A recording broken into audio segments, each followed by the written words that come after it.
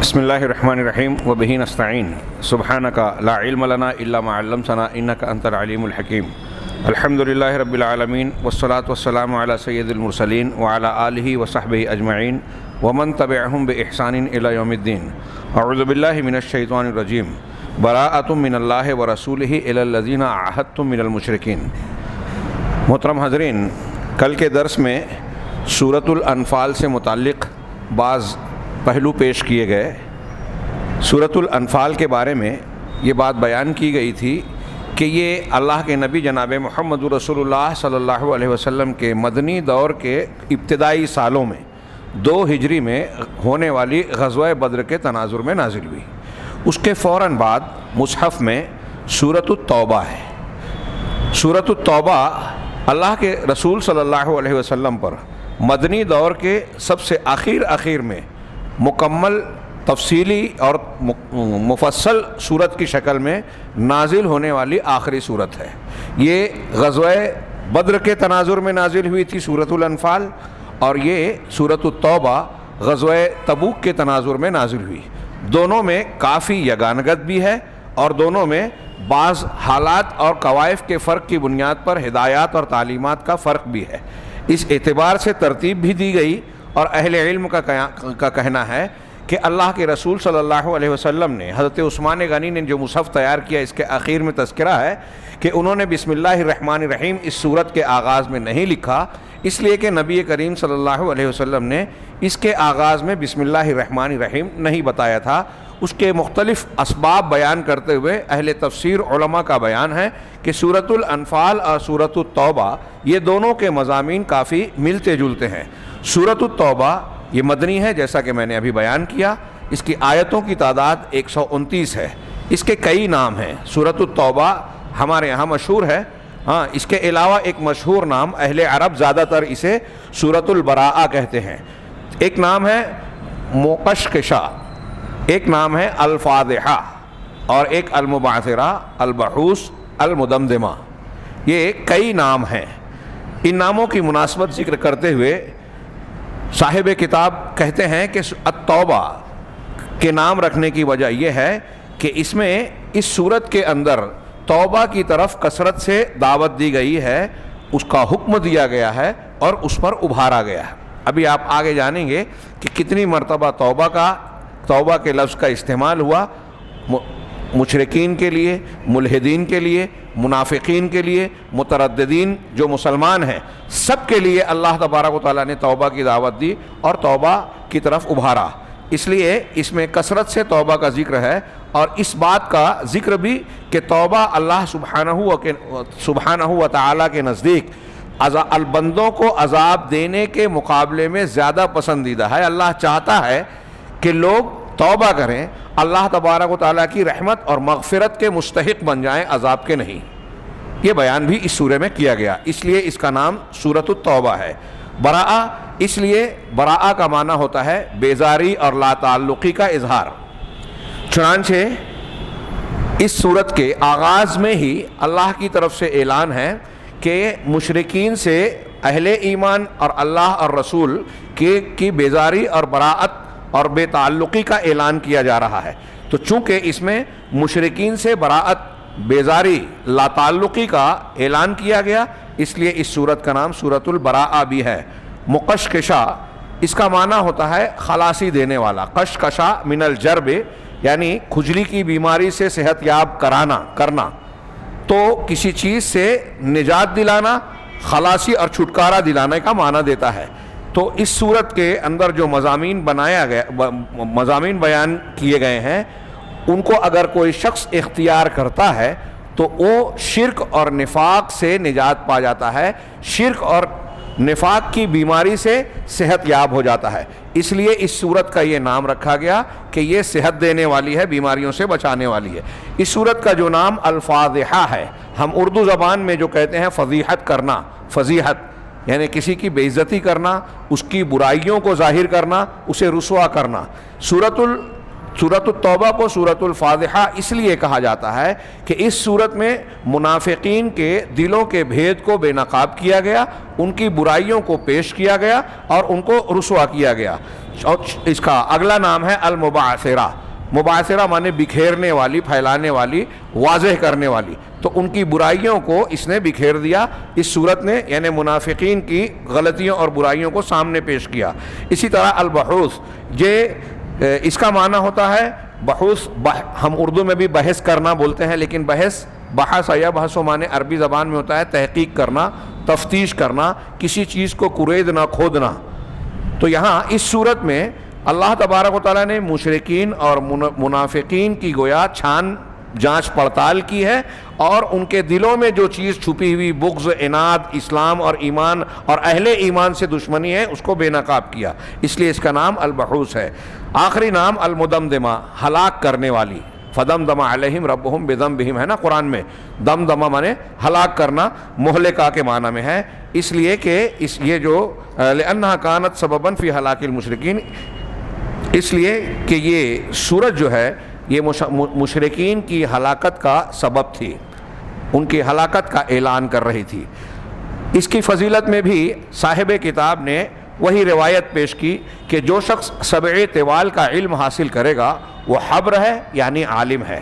اور سبع طوال میں عام طور سے اکثر بیشتر علماء 7 صورتوں کو جو شمار کرتے ہیں، سورہ بقرہ سے لے کر سورہ توبہ تک، درمیان میں سورہ انفال کو چھوڑ کر، اکثر و بیشتر علماء، کچھ علماء سورہ توبہ کو نہیں، سورہ توبہ کی جگہ سورہ یونس کو شمار کرتے ہیں جو اس کے بعد ہے۔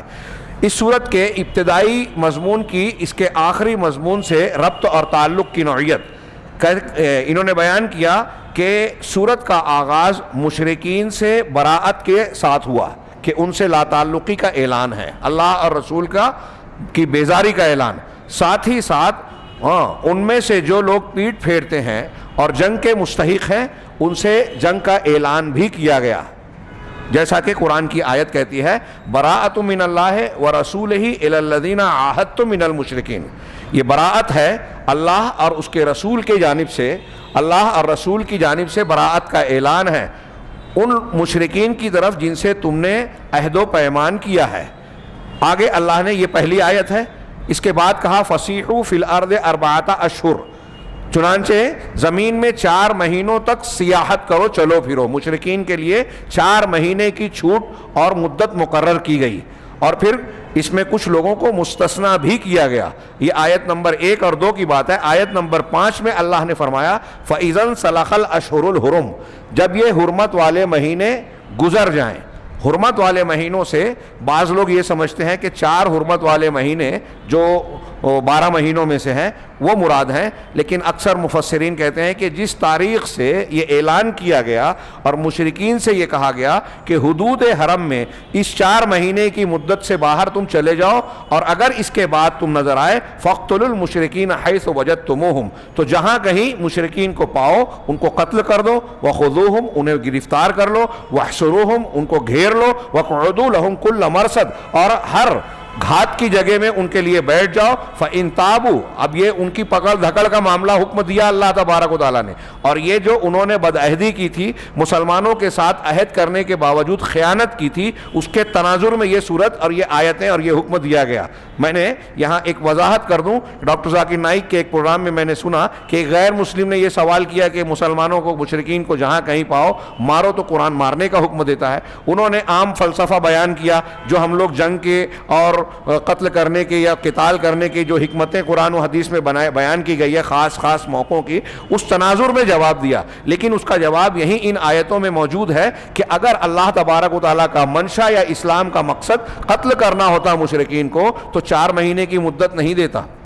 دوسرے آیت نمبر 2 میں 4 مہینے تک کی مدت دی ہے کہ اس 4 مہینے میں تم اس علاقے سے نکل جاؤ، اس 4 مہینے کے بعد اگر تم یہاں نظر آئے تو پھر تم کو قتل کیا جائے گا، پکڑا دھکڑا جائے گا اور تمہارے ساتھ یہ سختی کی جائے گی۔ فَإِن تَابُوا، اس کے باوجود اللہ نے استثناء کیا یہ آیت نمبر 5 میں کہ اگر وہ توبہ کر لیں مطلب اسلام لے آئیں، وَأَقَامُوا الصَّلَاةَ، نماز قائم کریں، وَآتَوُا الزَّکَاةَ، زکوٰۃ ادا کریں، فَخَلُّوا سَبِیلَهُمْ، تو ان کا راستہ چھوڑ چھوڑ دو، اب ان سے تعارض کرنے کی کوئی ضرورت نہیں ہے۔ ان اللہ غفور الرحیم، یقیناً اللہ تعالیٰ بڑا بخشنے والا نہایت رحم والا ہے۔ یہ آغاز سورت کا مضمون ہے۔ اس سورت کے آخر میں مشرکین سے اعراض کرنے کا حکم دیا گیا۔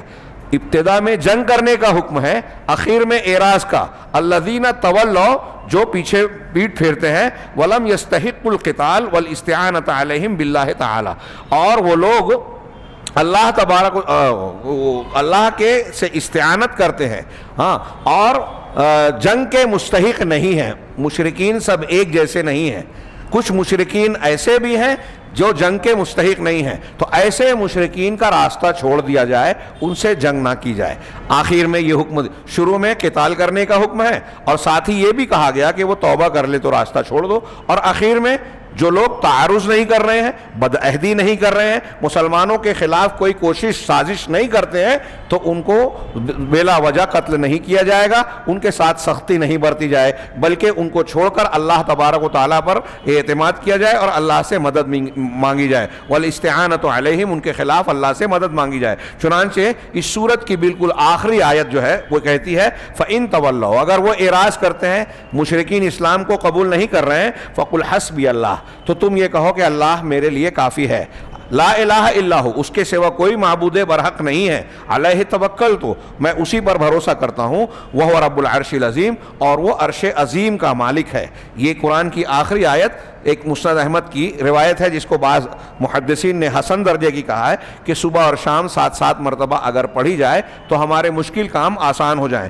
اب یہ شروع میں مشرکین کو مارنے اور قتل کرنے کا حکم اور ان کے خاص پس منظر کا وہ حکم ہے، عام حالات میں نہیں ہے، اور آخر میں ان سے اعراض کرنے کا کہ اگر وہ نہیں مانتے ہیں، دعوت قبول نہیں کرتے ہیں تو کوئی بات نہیں، تم اللہ پر بھروسہ کرو، یہ کہو کہ اللہ میرے لیے کافی ہے، اور میں یہ مانتا ہوں کہ اللہ کے سوا کوئی معبود برحق نہیں ہے، مشرکین کا دین میں قبول نہیں کرتا، علیہ توکلت وہو رب العرش العظیم، اس پر بھروسہ کرتا ہوں، اور کیوں نہ کروں، اس لیے کہ وہ عرش عظیم کا مالک ہے۔ چنانچہ انہوں نے آخر میں کہا کیوں، یہ اسلام کا عدل ہے، مشرکین کے ساتھ ہمارا کیا معاملہ اور برتاؤ ہونا چاہیے، اس کو اسلام نے نہایت عدل و انصاف کے ساتھ پیش کیا۔ آج کے ماحول میں یہ پھیلایا جاتا ہے کہ اسلام انتہا پسندی کی تعلیم دیتا ہے۔ اگر قرآن کی یہ تعلیمات ایمانداری سے لوگ پڑھیں جانیں تو یہ کبھی اعتراض نہیں کریں گے کہ قرآن کسی کے ساتھ ظلم اور زیادتی کی تعلیم دیتا ہے، نہیں، ہر ایک کے ساتھ انصاف کی تعلیم دیتا ہے۔ اس سورت کا محور رئیسی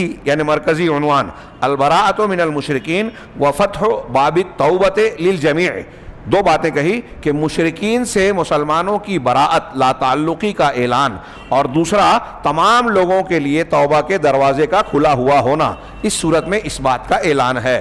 اس سورہ مبارکہ کے موضوعات، ان کے موضوعات کے کچھ چند نکات میں انہوں نے پیش کیے ہیں۔ نمبر 1، انہوں نے کہا کہ مسلمانوں اور مشرکین کے درمیان تعلقات کی نوعیت کیسی ہونی چاہیے، اس صورت میں بڑے پیارے اور خوبصورت انداز میں بالترتیب اور مرحلہ وار بیان کیا گیا ہے۔ وذالک فی ترتیب و سیاق راعی، یہ بات انتہائی اچھی ترتیب اور عمدہ سیاق میں بیان کی گئی ہے۔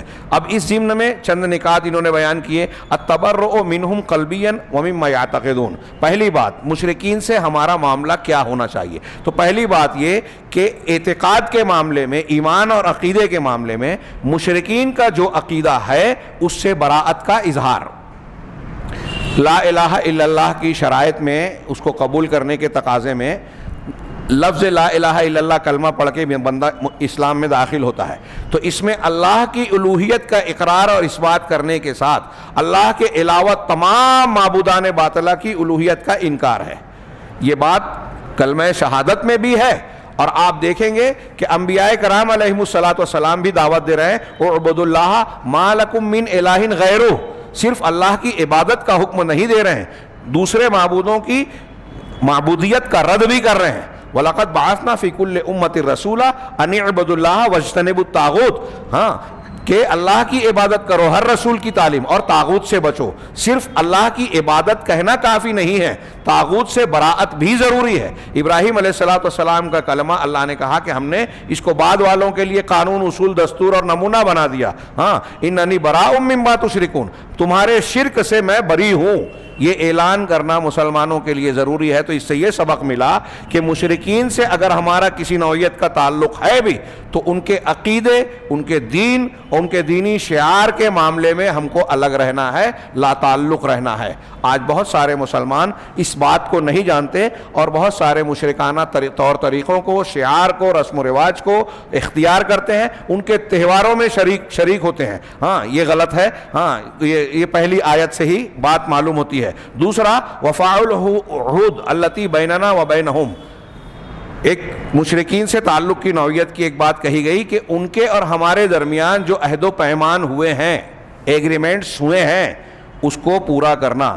یہ یہاں ابتدائی کچھ آیتوں کو انہوں نے نقل کیا اور پھر قرآن سورہ توبہ کے آگے کے مضامین میں بھی یہ مضمون کئی آیتوں میں، آیت نمبر 4 میں بھی، آیت نمبر 7 میں بھی، کہ مشرکین سے جو عہد پیمان کیے گئے ہیں، شرط لگائی گئی کہ اگر انہوں نے خیانت نہیں کی اور وہ تمہارے ساتھ سیدھے رہتے ہیں، کیا ہے، فَمَسْتَقَامُوا لَكُمْ فَاسْتَقِيمُوا لَهُمْ، آیت نمبر 7 کا آخری ٹکڑا، جب تک وہ تمہارے ساتھ ٹھیک ٹھاک ہیں، درست ہیں، تو تم بھی ان کے ساتھ سیدھے رہو، ان پر کوئی سختی نہ کرو۔ تو یہ مشرکین کے ساتھ اگر عہد و پیمان ہے تو پوری ایمانداری کے ساتھ مسلمانوں کو چاہیے کہ عہد و پیمان کو نبھائیں۔ اسی صورت میں نہیں، سورہ انفال میں ایک آیت میں کہا گیا کہ اگر کسی مشرک سے تم عہد و پیمان توڑنا چاہتے ہو تو کھل کر بیان کر دو۔ ایک واقعہ علامہ ابن کثیر نے اس آیت کی تفسیر میں نقل کیا کہ مسلمان کتنا لحاظ کرتے تھے کہ امیر معاویہ رضی اللہ تعالیٰ عنہ نے ایک قوم کے جن سے درمیان معاہدہ تھا، ان سے معاہدہ ختم کرنا چاہ رہے تھے یا معاہدے کا آخری دن تھا، اور اس ایک دن پہلے یہ ان کے سرحد پر پہنچ گئے کہ جیسے ہی معاہدہ ختم ہوگا ہم ان پر جو ہے حملہ کر دیں گے۔ جب یہ صورتحال دیکھی تو فوج میں موجود ایک صحابی رسول نے حضرت امیر معاویہ رضی اللہ تعالیٰ عنہ کو قرآن کی آیت سنائی اور کہا کہ اللہ کے رسول صلی اللہ علیہ وسلم نے کہا کہ اگر تم کسی قوم سے خیانت کا اندیشہ تم کو ہوتا ہے، فَانبِذْ إِلَيْهِمْ عَلَى سَوَاءٍ، تو برابری کی شرط پر ان کے سامنے یہ واضح کر دو کہ تمہارے اور ہمارے درمیان عہد و پیمان ختم ہو گیا۔ اور یہ جو آپ طریقہ اختیار کر رہے ہیں امیر المومنین کہ جیسے ہی ختم ہو رہا ہے اچانک حملہ کر دینا، یہ ان کی غفلت میں ہوگا، یہ خیانت ہے، اللہ تبارک و تعالیٰ اسے پسند نہیں کرتا۔ امیر معاویہ رضی اللہ تعالیٰ عنہ فوج کو لے کر واپس آ گئے۔ ایسے بہت سارے واقعات اسلامی تاریخ میں ملتے ہیں قرآن کی ان تعلیمات کی روشنی میں۔ تیسری بات یہ کہ مشرکین سے ایک تو ہم عقیدے میں براءت اور لا تعلقی اختیار کریں، عہد و پیمان کو نبھائیں ایمانداری سے۔ تیسری چیز یہ کہ انہیں حق کی طرف دعوت دیتے رہیں، اور خاص طور سے اگر کوئی خاص موقع ملتا ہے تو اس موقع کا خوب فائدہ اٹھائیں اور اس میں دعوت پیش کریں۔ جیسے آج کے ماحول میں میں اس کو یوں بیان کروں کہ کورونا کی بیماری کا معاملہ ہے، مسلمانوں نے یہ اچھا اخلاق پیش کیا کہ پچھلے لاک ڈاؤن میں لوگوں کی مدد کی، کھانے پینے سے اور دوسرے معاملات سے، علاج معالجے سے، اور آج بھی کسی حد تک جو خبریں آ رہی ہیں مسلمان الحمدللہ اس میں تعاون کر رہے ہیں۔ ایسا تعاون کرتے ہوئے مسلمانوں کو چاہیے کہ گاہے بگاہے ایمان، توحید اور اسلام کی دعوت پیش کریں۔ یہ دیکھیے اللہ تبارک و تعالیٰ نے سورہ توبہ کے آغاز میں ایک جگہ ارشاد فرمایا آیت نمبر 6 میں کہ وَإِنْ أَحَدٌ مِّنَ الْمُشْرِكِينَ اسْتَجَارَكَ فَأَجِرْهُ، کتنی پیاری بات ہے کہ اگر مشرکین میں سے کوئی آدمی تم سے پناہ مانگ رہا ہے تو تم پناہ دے دو۔ کیوں پناہ دو؟ حَتَّى يَسْمَعَ كَلَامَ اللَّهِ، یہاں تک کہ تاکہ وہ اللہ کے کلام کو سن لے۔ یعنی تم پناہ دے رہے ہو تو اس سے یہ فائدہ اٹھاؤ، موقع کو صحیح استعمال کرو، اور موقع کا استعمال دعوت و تبلیغ کے لیے کیا جانا چاہیے۔ اس سے یہ سبق ملتا ہے کہ لوگوں تک دین حق کی بات پہنچانے کا جو بھی موقع ملے، جو بھی فرصت ملے، بہتر سے بہتر انداز میں اس موقع کا استعمال کر کے ہمیں دعوت لوگوں تک پہنچانی چاہیے۔ اللہ نے فرمایا ثم ابلغوا ما امنہ، جب تم سے پناہ مانگے تو پناہ دے دو، تمہارے پاس رہے گا تو اللہ کا کلام سنے، قرآن سنے، دعوت حق اس تک پہنچے۔ پھر جب یہ مدت نکل جائے ثم ابلغوا ما امنہ، تو اس کی جو جائے پناہ ہے، امن کی جگہ ہے، اس کا جو ٹھکانہ ہے اس کو وہاں پہنچا دو۔ کیوں؟ ذالک بانہم قوم لا یعلمون، یہ اس وجہ سے کہ یہ ایسے لوگ ہیں جن کو علم نہیں ہے، تو ان کو پناہ دے کر ان کو علم دو۔ کتنی پیاری فطری تعلیم ہے، اور دعوت کی طرح دعوت کی اہمیت پر اس سے اشارہ ملتا ہے۔ اس سلسلے کا آخری نقطہ انہوں نے بیان کیا مشرکین سے مسلمانوں کے تعلق کا کہ ترک و قتال من خضع للمسلمین، کہ مشرکین میں سے جو مسلمانوں کے سامنے خضوع اختیار کرے، جھک جائے، تابعداری اختیار کرے، اس سے جنگ نہیں کرنی ہے۔ ہمارے یہاں آج کل تحریکیت والے جو جہاد اور لڑنے بھیڑنے کی اور مشرکین کے ساتھ سختی برتنے والی تعلیمات کو قرآن سے کشید کر کے اپنے طور سے بیان کرتے ہیں، وہ ان پہلوؤں کو چھوڑ دیتے ہیں۔ ان کے یہاں یہ فلسفہ بیان کیا جاتا ہے کہ اسلام کا مقصد اسلامی حکومت اور اقامت دین کا معاملہ ہے، تو اس کے لیے ہم کو لڑ بھڑ کر حکومت حاصل کرنی ہے اور پھر اس کے بعد جو ہے اسلامی حکومت، اسلامی نظام کو نافذ کرنا ہے۔ یہ ان کا طریقہ انبیاء کے طریقے سے قرآن کی تعلیمات سے ٹکراتا ہے۔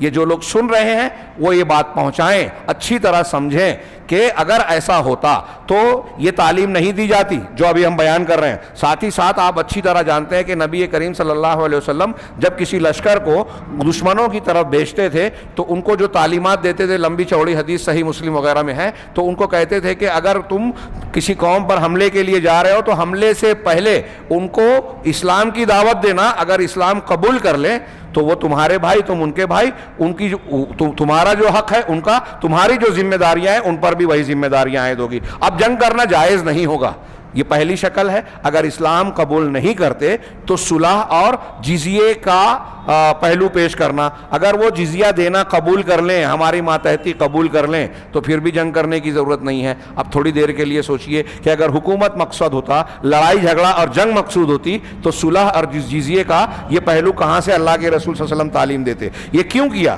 اس سے پتہ چلا کہ اصل مقصد اسلام کا، اسلام کی دعوت لوگوں تک پہنچانا ہے۔ جب کوئی قوم مسلمانوں سے معاہدے میں بن جائے گی، جزیہ دے کر تابعداری اختیار کرے گی، تو وہاں مسلمان عالم اور داعی کا جا کر لوگوں کو توحید کی تعلیم دینا، اس کا راستہ کھل جائے گا۔ اور جب دعوت کا راستہ کھل گیا تو جنگ کی کوئی ضرورت نہیں ہے۔ جنگ ان لوگوں سے کی جائے گی جو ظلم کر رہے ہیں، جنگ ان لوگوں سے کی جائے گی جو اسلامی دعوت کا راستہ روکتے ہیں۔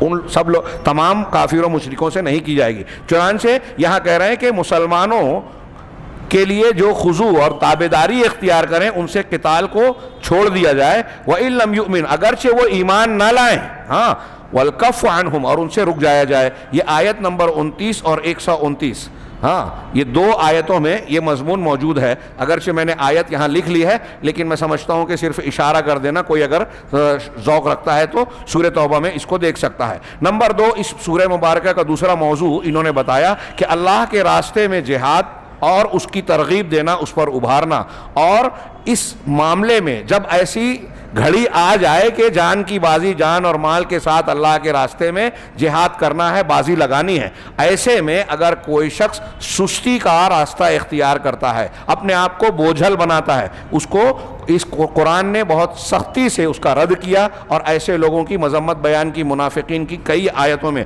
آیت نمبر 38 اور 29 میں یہ دیکھا جا سکتا ہے۔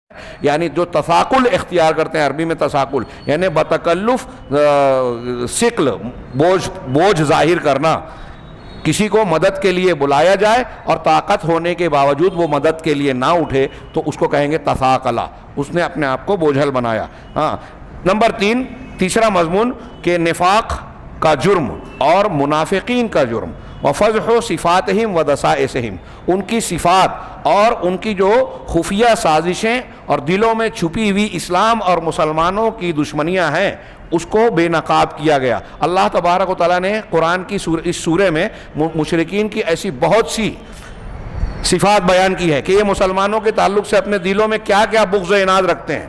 ہاں، اس میں سے ایک دو کا میں ذکر کروں کہ اگر مسلمانوں کو کوئی فائدہ پہنچتا ہے، فتح ملتی ہے، تو ان کو تکلیف ہوتی ہے، برا لگتا ہے۔ مسلمانوں کو تکلیف پہنچتی ہے، شکست ہوتی ہے، تو ان کو خوشی ہوتی ہے۔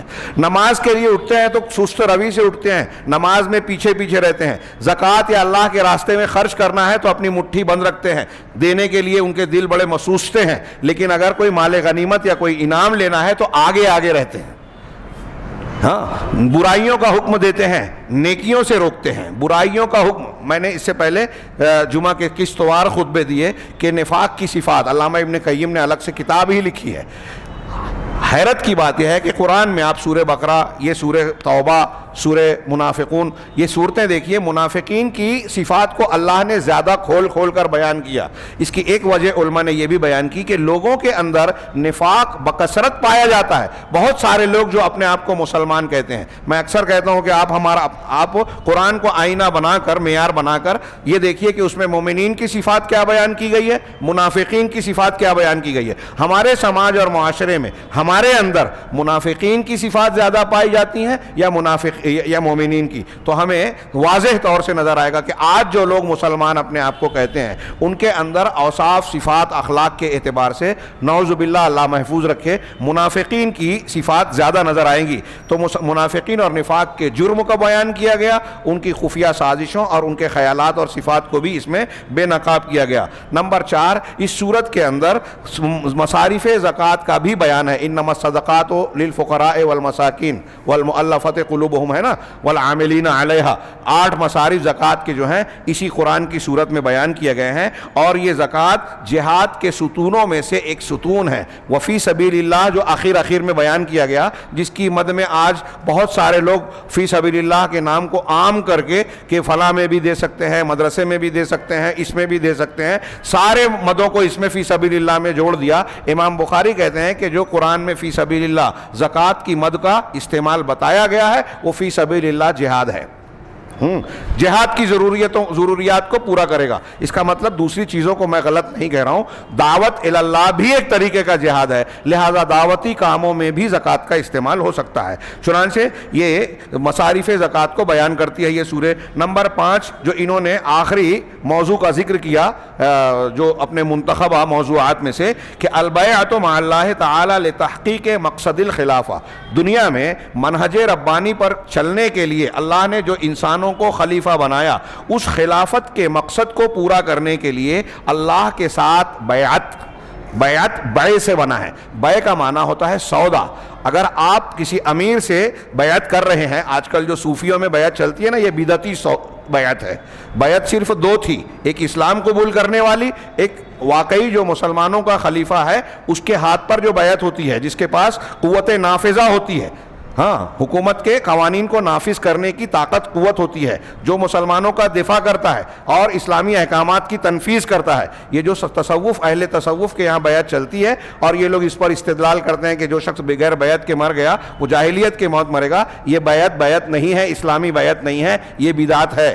اب یہاں اس آیت میں قرآن کے اندر اللہ تبارک و تعالیٰ نے مسلمانوں اور مومنین سے اپنی بیعت کا ذکر کیا. سودا ہوا ہے, اللہ نے سودا کر لیا, ہاں, مقصد خلافت کی تکمیل کے لیے, اللہ سبحانہ و تعالیٰ کے دین کو بلند کرنے کے لیے. قرآن کی بڑی مشہور آیت ہے کہ وہ بیعت کیا ہے, ان اللہ اشتری من المؤمنین انفسهم واموالهم بان لهم الجنہ. اللہ نے مسلمانوں سے ان کی جانوں اور مالوں کا سودا کر لیا, خرید لیا.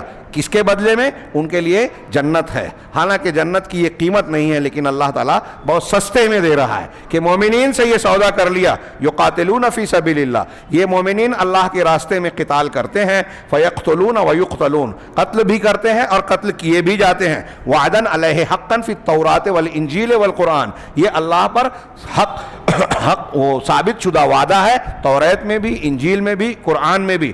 وَمَنْ أَوْفَى بِعَهْدِهِ مِنَ اللَّهِ, اور اللہ سے زیادہ اپنے عہد کو پورا کرنے والا اور کون ہوگا.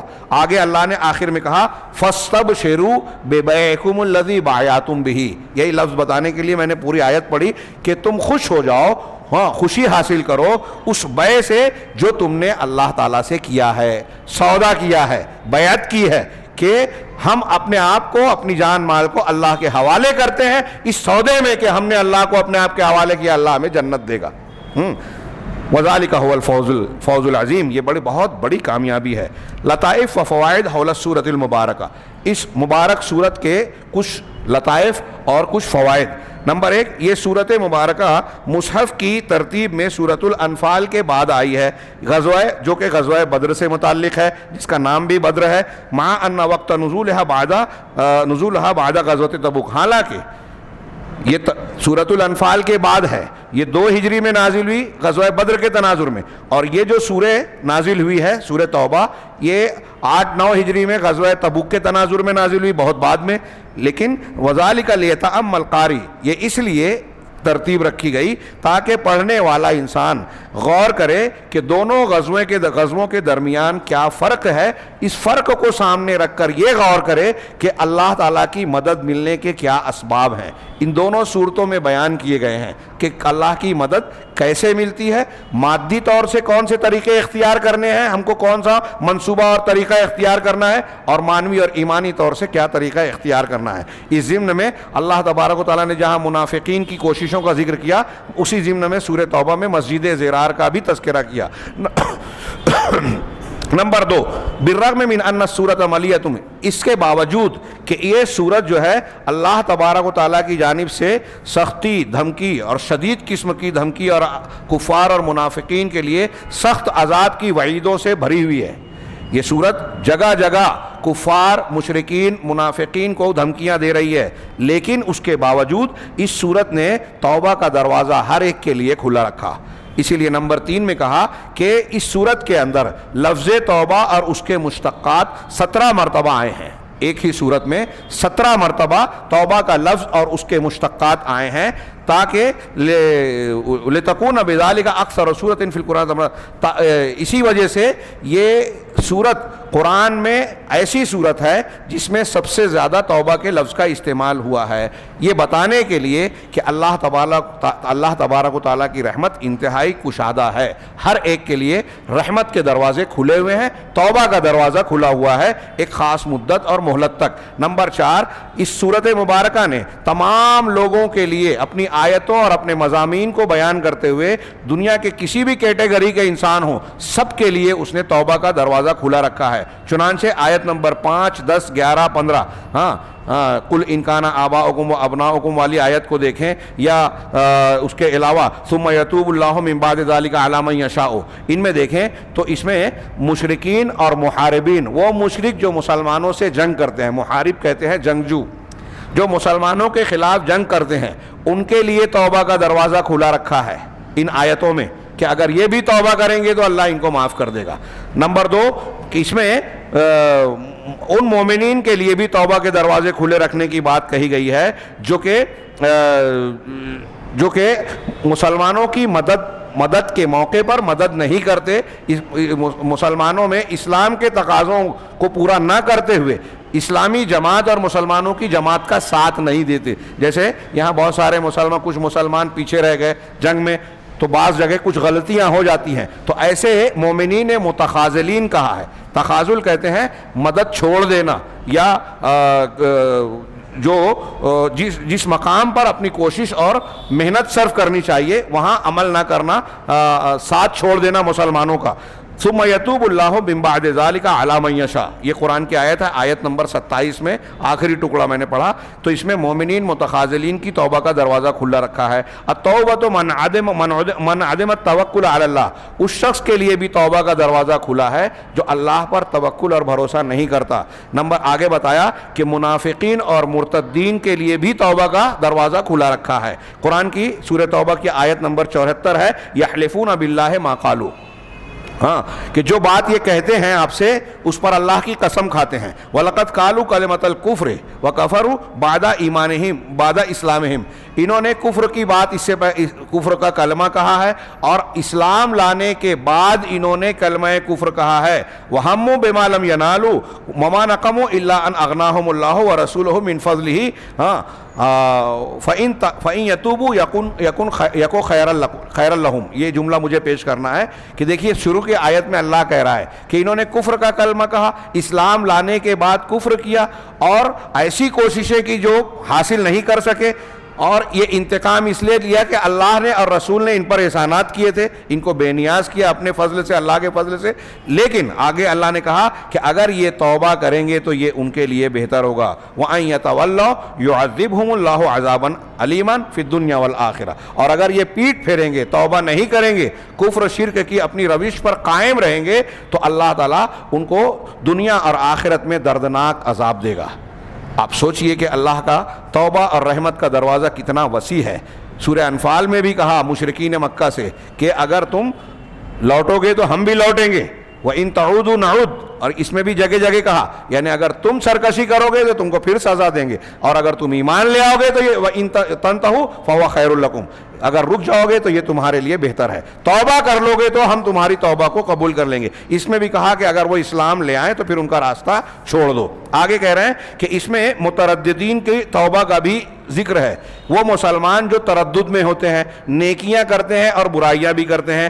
آیت نمبر 102 میں ہے وَآخَرُونَ اعْتَرَفُوا بِذُنُوبِهِمْ خَلَطُوا عَمَلًا صَالِحًا وَآخَرَ سَيِّئًا عَسَى اللَّهُ أَن يَتُوبَ عَلَيْهِمْ، کہ کچھ دوسرے لوگ ہیں جنہوں نے کچھ اپنے گناہوں کا اعتراف کیا، نیک عمل بھی کیا لیکن نیک عمل کے ساتھ برے عمل کو بھی ملا دیا، تو قریب ہے کہ اللہ تعالیٰ ان کی توبہ کو قبول کر لے۔ تو مسلمان جو مترددین ہیں، شک شبے میں مبتلا ہیں، ان کے لیے بھی توبہ کا دروازہ کھلا ہے۔ اسی طرح اس صورت میں ذکر کیا گیا لَقَدْ تَابَ اللَّهُ عَلَى النَّبِيِّ لَقَدْ تَابَ اللَّهُ عَلَى النَّبِيِّ وَالْمُهَاجِرِينَ وَالْأَنصَارِ الَّذِينَ اتَّبَعُوهُ فِي سَاعَةِ الْعُسْرَةِ، اللہ کے نبی، مہاجرین اور انصار کی توبہ کا ذکر ہے۔ یہاں توبہ کا معنی علماء کرتے ہیں کہ اللہ تبارک و تعالیٰ ان کی طرف متوجہ ہوا، توبہ معنی پلٹنا، ہاں، تو یہ اللہ کی طرف پلٹے اور اللہ ان کی طرف متوجہ ہوا۔ اسی طریقے سے اس جنگ میں جو لوگ پیچھے رہ گئے بغیر کسی عذر شرعی کے، اللہ تعالیٰ نے اس صورت کے اندر ان کی توبہ کا بھی اعلان کیا۔ بخاری کی وہ روایت، بخاری مسلم کی،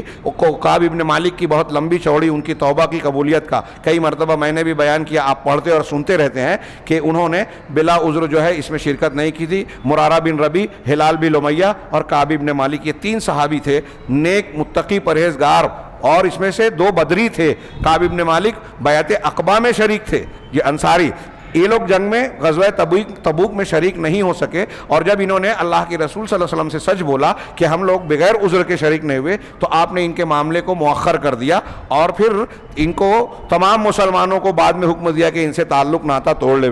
50 دن تک ان کا بائیکاٹ رہا، 40ویں دن بیویوں کو بھی الگ کر دیا گیا، 50ویں دن اللہ تبارک و تعالیٰ نے یہ آیت نازل کی وَعَلَى الثَّلَاثَةِ الَّذِينَ خُلِّفُوا، کہ ان 3 لوگوں کی توبہ بھی اللہ نے قبول کی جن کے معاملے کو ٹال رکھا گیا تھا۔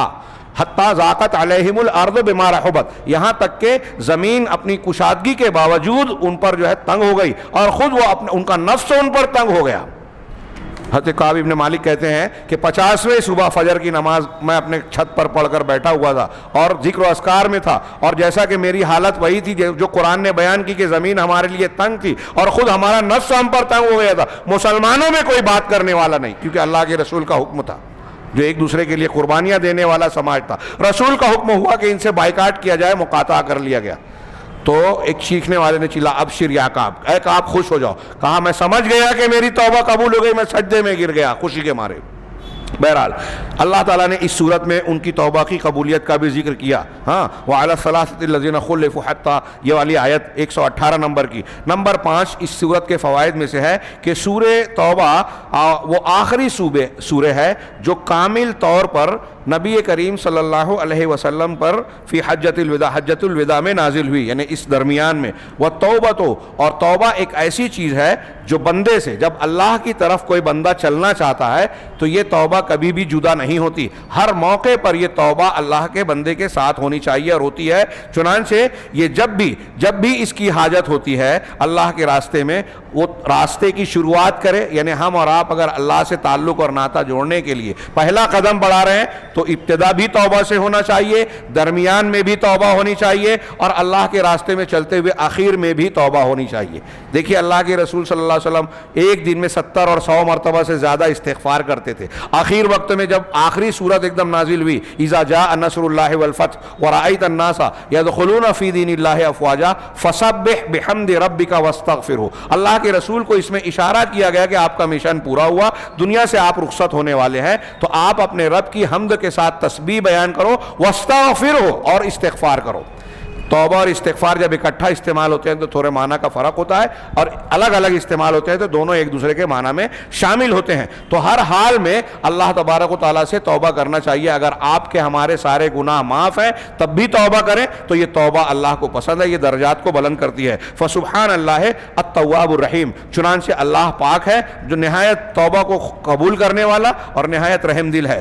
چھٹے نمبر پر انہوں نے پیش کیا بڑا ایک اچھا نقطہ علامہ ابن قیم کے حوالے حوالے سے کہ یہ جو آیت ہے کہ اللہ تعالیٰ نے مسلمانوں مومنین سے ان کی جانوں اور ان کے مالوں کو خرید لیا ہے جنت کے بدلے میں، ان اللہ اشتری من المؤمنین انفسهم، تو علامہ ابن قیم کہتے ہیں کہ قدم اللہ تعالیٰ الانفس علی الاموال ہا ہونا، اس آیت میں اللہ تعالیٰ نے مال سے پہلے جان کا ذکر کیا ہے، انفس کا ذکر پہلے کیا ہے، اموال کا ذکر بعد میں کیا ہے، جان کا ذکر پہلے ہے، مال کا ذکر بعد میں۔ کیوں؟ لأن الانفس ہی المشترات وہی اساس العقد، اس لیے کہ اصل میں نفس اور جان ہی ہے جس کو خریدا گیا ہے، اور یہی اس عقد، اس بندھن، اس ایگریمنٹ کی بنیاد ہے، اس لیے کہ مال تو جان کا تابع ہے، جب آپ کی جان ہوگی تو آپ کا مال ہوگا، جان نہیں ہوگی تو آپ کا مال نہیں ہوگا، اور جان کے ساتھ مال لگا ہوا ہے۔ فَإِذَا مَلَكَتِ النَّفْسُ مَلَكَتْ مَالَهَا، جب آپ مال کے مالک ہوں گے، جب آپ جان کے مالک ہوں گے تو مال کے مالک ہوں گے، اور جب اللہ تبارک و تعالیٰ نے جان خرید لیا تو جان کے ساتھ مال بھی خرید لیا۔ گویا یہ اس بات کا تقاضا تھا کہ پہلے نفس کا ذکر کیا جائے۔ یہ ایک صرف انہوں نے نمونہ پیش کیا قرآن میں الفاظ کے استعمال، کون سا الفاظ کس جگہ استعمال ہوا ہے، کس کو پہلے کس کو بعد میں استعمال کیا گیا ہے، ان کی باریکیوں پر اہل علم نے بہت سے نکات بیان کیے ہیں، اگر آپ غور کریں گے تو بڑے پیارے پیارے آپ کو نکات ملیں گے۔ 7 نمبر پر انہوں نے بیان کیا کہ اللہ تعالیٰ کا فرمان ہے انکم رضیتم بالقعود اول مرۃ فاقعدوا مع الخالفین، یہ منافقین کے بارے میں کہا گیا کہ تم لوگ پہلی مرتبہ قعود، گھر میں بیٹھے رہنے کو، بیٹھ جانے پر تم راضی ہوئے، جنگ کے لیے اللہ کے رسول نکل رہے ہیں، رسول اللہ صلی اللہ علیہ وسلم انتہائی شدید غزوہ تبوک کو ساعۃ العسرہ کہا جاتا ہے، جو اللہ نے کہا نا کہ سختی کی گھڑی، ہاں اللہ کے رسول صلی اللہ علیہ وسلم مدینہ سے نکل کے تبوک جا رہے ہیں، 800-900 کلومیٹر کا فاصلہ آج کے زمانے میں بھی ہے، گرمی شدید، کھانے پینے کے سامان کی تنگی، اسباب کی تنگی، ہاں ہر اعتبار سے، اور دشمن بڑا، ہر اعتبار سے بہت اہمیت کا حامل وہ، اور اس میں اسی لیے اعلان کیا گیا کہ جس کی طاقت ہے اس کے لیے عذر نہیں ہے کہ اس جنگ میں بیٹھا رہے، سب کو نکلنا پڑے گا، اس لیے جو نہیں گیا وہ گنہگار تھا، اس کو توبہ کرنا پڑی، اس کا بائیکاٹ کیا گیا۔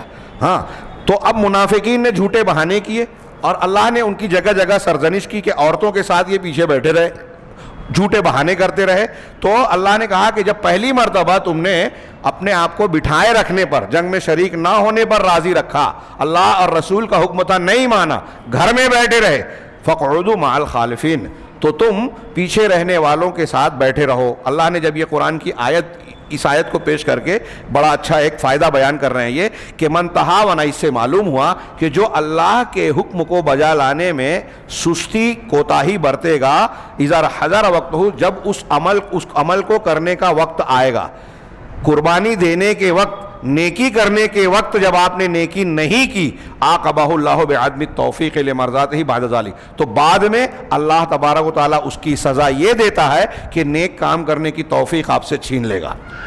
قرآن میں یہ مضمون دوسری آیتوں میں بھی بیان کیا گیا۔ علامہ ابن تیمیہ نے ایک بات بیان کی ہے کہ گناہوں کے نقصانات میں ایک بڑا نقصان یہ ہے کہ اگر آپ ایک گناہ کرو گے اللہ کی نافرمانی، تو اللہ تعالیٰ اس کے پاداش میں، اس کے نتیجے میں آپ کو دوسرے گناہ میں ملوث کرے گا۔ فَلَمَّا زَاغُوا أَزَاغَ اللَّهُ قُلُوبَهُمْ، قرآن کی اس آیت سے بھی یہ نتیجہ نکل رہا ہے کہ جب منافقین سے کہہ رہا ہے کہ جب تم پہلی مرتبہ جنگ میں شریک نہیں ہوئے تو اب بعد میں بھی تم کو پیچھے ہی رہنا ہے، اللہ کے رسول صلی اللہ علیہ وسلم کے لیے کے ساتھ آپ کو جنگ کے لیے نہیں نکلنا ہے۔ آخری بات انہوں نے بیان کی کہ چونکہ یہ سوال اٹھایا کہ لماذا لا یوجد بسم اللہ الرحمن الرحیم فی بدایت السورہ، اس سورے کے آغاز میں بسم اللہ الرحمن الرحیم کیوں نہیں پایا جاتا؟ یہاں انہوں نے حضرت عثمان غنی رضی اللہ تعالیٰ عنہ، حضرت ابن عباس کی روایت صرف پیش کر دی، ترمذی، حاکم، نسائی وغیرہ کی، تو کہتے ہیں کہ ابن عباس رضی اللہ تعالیٰ عنہ نے یہ سوال عثمان بن عفان رضی اللہ تعالیٰ عنہ سے پوچھا کہ آپ نے جو مصحف تیار کروایا اس میں سورہ توبہ اور سورہ انفال کے بیچ میں بسم اللہ الرحمن الرحیم کیوں نہیں لکھا، جبکہ ہر سورہ 2 سورت کے درمیان لکھا گیا؟ تو حضرت عثمان نے اس سوال کا جواب دیتے ہوئے کہا کہ رسول اللہ صلی اللہ علیہ وسلم پر جب کوئی چیز نازل ہوتی تھی قرآن کی تو آپ ان لوگوں کو جو قرآن کی کاتبین تھے ان میں سے بعض کو بلاتے تھے، ہاں، اور کہتے تھے کہ اس سورت کو فلاں مقام پر رکھو، اس سورت کو فلاں فلاں جگہ پر رکھو۔ اس سے یہ پتہ چلتا ہے کہ حضرت عثمان جیسے شیعہ لوگ روافظ، ہاں، ابھی یہ جو 26 آیات پر اعتراض کیا رضوی، ہاں، اس نے یہ کہا کہ یہ ابو بکر اور عثمان نے بدل دیا، یہ روافظ کا عقیدہ ہے، یہ روافظ کا یہ عقیدہ بالکل صحیح نہیں ہے.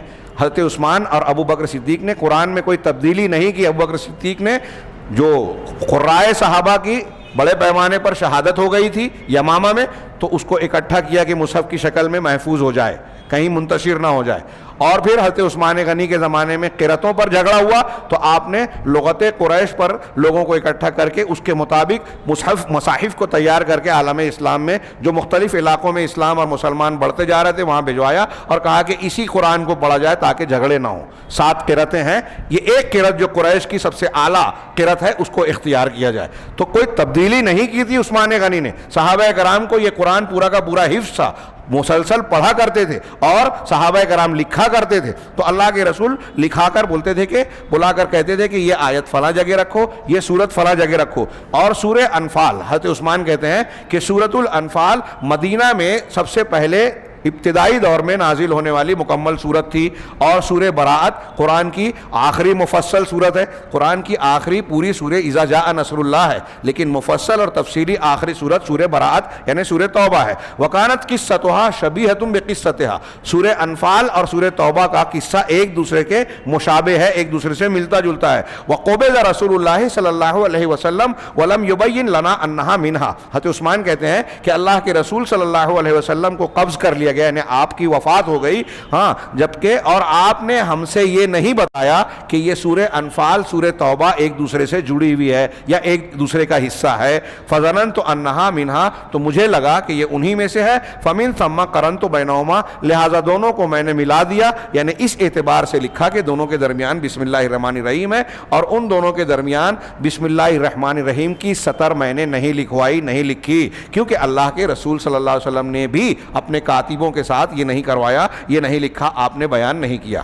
یہ سورہ توبہ سے متعلق بعض ملاحظات اور بعض نکات فوائد وغیرہ بیان کیے گئے. اللہ تعالیٰ سے دعا ہے کہ وہ ہمیں دین کی سمجھ اور قرآن کی فہم عطا فرمائے اور اس کے ذریعے سے دنیا اور آخرت میں کامیابیوں سے نوازے. وآخر دعوانا ان الحمد للہ رب العالمین.